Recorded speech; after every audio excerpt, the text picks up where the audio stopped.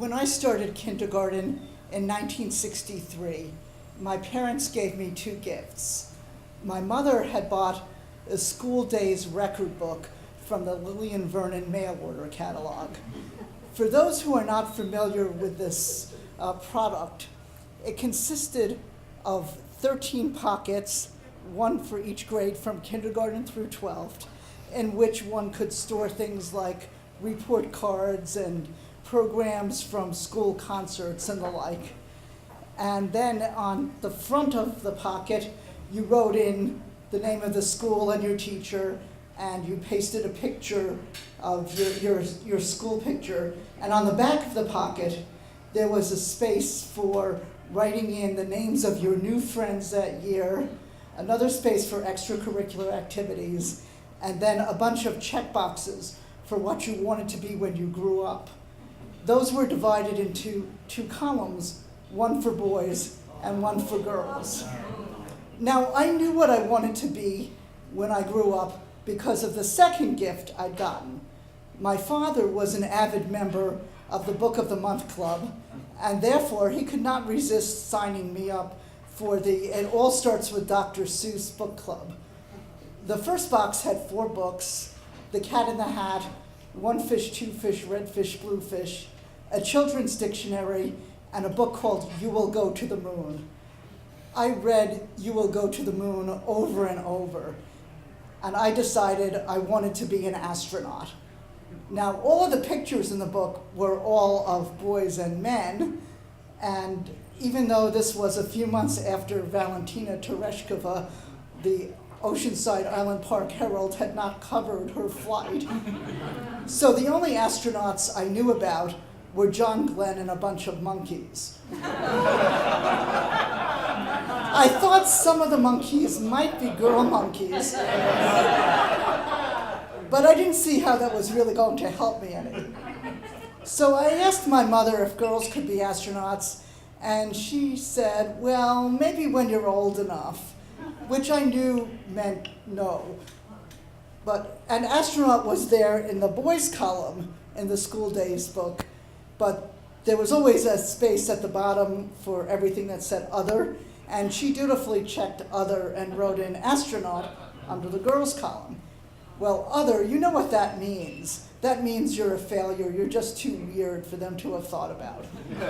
So I realized I needed to think about other things I might be able to do.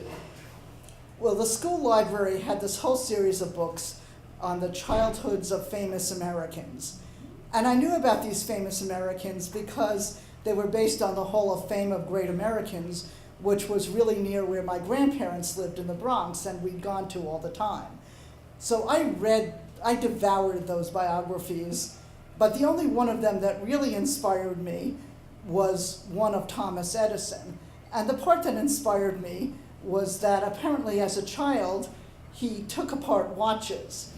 My grandfather had a jewelry store, and he was a watchmaker for the most part, and he would give us old watches to play with. And I thought, well, I'm really good at taking them apart. So I thought I would become an inventor like Thomas Edison. There was this little catch that apparently Thomas could put them back together again, which was something I'd never been able to do. So I eventually realized that maybe this wasn't really where my future lay. But I soon found a new literary and career role model, Nancy Drew. Now, she solved crimes, and she had her 2 chums, Bess and George, and her boyfriend, Ned Nickerson, and she drove a launch across the lake, and she had a fast roadster that she seemed to crash every 3 or 4 books, but her insurance rates never went up. It seemed like a pretty good lifestyle, so I decided maybe I should become a detective. There was a catch there too, though, because every few books, Nancy had to be rescued from some situation or another, often involving dangerous animals and particularly snakes. And it was usually her father, Carson Drew, who rescued her. My father was not good with animals, and I could not see him tackling a pit full of snakes. He would have run the other way. So I had some hesitation about that plan of becoming a detective. Fortunately, I also read a lot of comic books. And there were two categories of comic books I read. There were the DC superhero comics. I was particularly fond of the Legion of Superheroes because I had a crush on Brainiac 5 for his green skin. And there were classic comics, which had the stories of great classics, but in a form that was more acceptable to a young child. And in the back of each of the classic comics, they would have a little biography of somebody, or some other improving piece like the story of nuclear energy, because this was, after all, the 1960s. Well, in the back of the classic comics version of The Count of Monte Cristo, there was a biography of Madame Curie. And so I decided to become a chemist. And whenever people told me that girls couldn't be chemists, I would just point to Madame Curie and say, sure they can.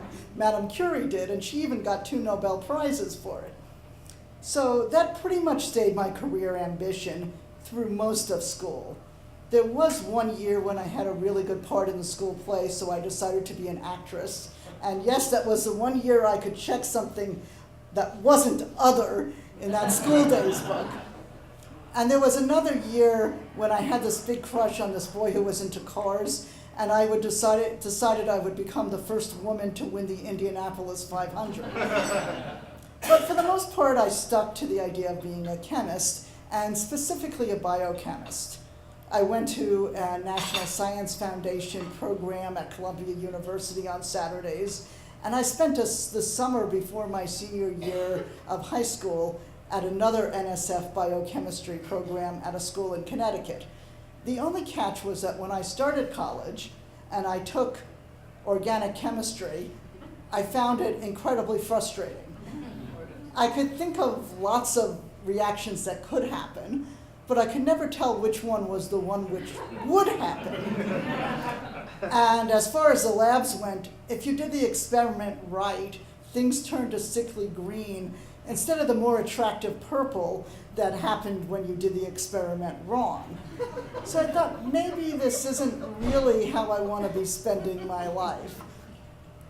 Around that time, I read a magazine article about the Boston arm, which was the first prosthetic arm that was controlled by the body's electrical signals. And there were people in the mechanical engineering department who had designed it. And I went and I talked to them, and I ended up deciding to major in mechanical engineering. And it really clicked. Control systems just made so much sense to me. And that's what I ended up getting my degree in mechanical engineering and going on to grad school. Well, in grad school, I got a traineeship from NASA, going back to that whole space route. I just realized that I did not ever want to work for NASA in real life, but I did end up working in the space industry, and I still work with satellites. I've gotten to work with a lot of astronauts, and I've found out that they're basically construction workers who live in a tougher environment. No, they are. Just ask any of them. But mostly what I do in day-to-day is go to meetings and write email about what happened at the meetings.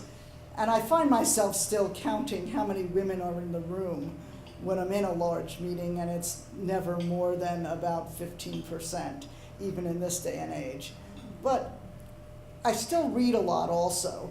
And even though I'm happy in my job, every now and then I'm reading a book, and I find myself thinking, gee, it would be really fun to be a detective or an explorer, or maybe just a writer of some of books of my own.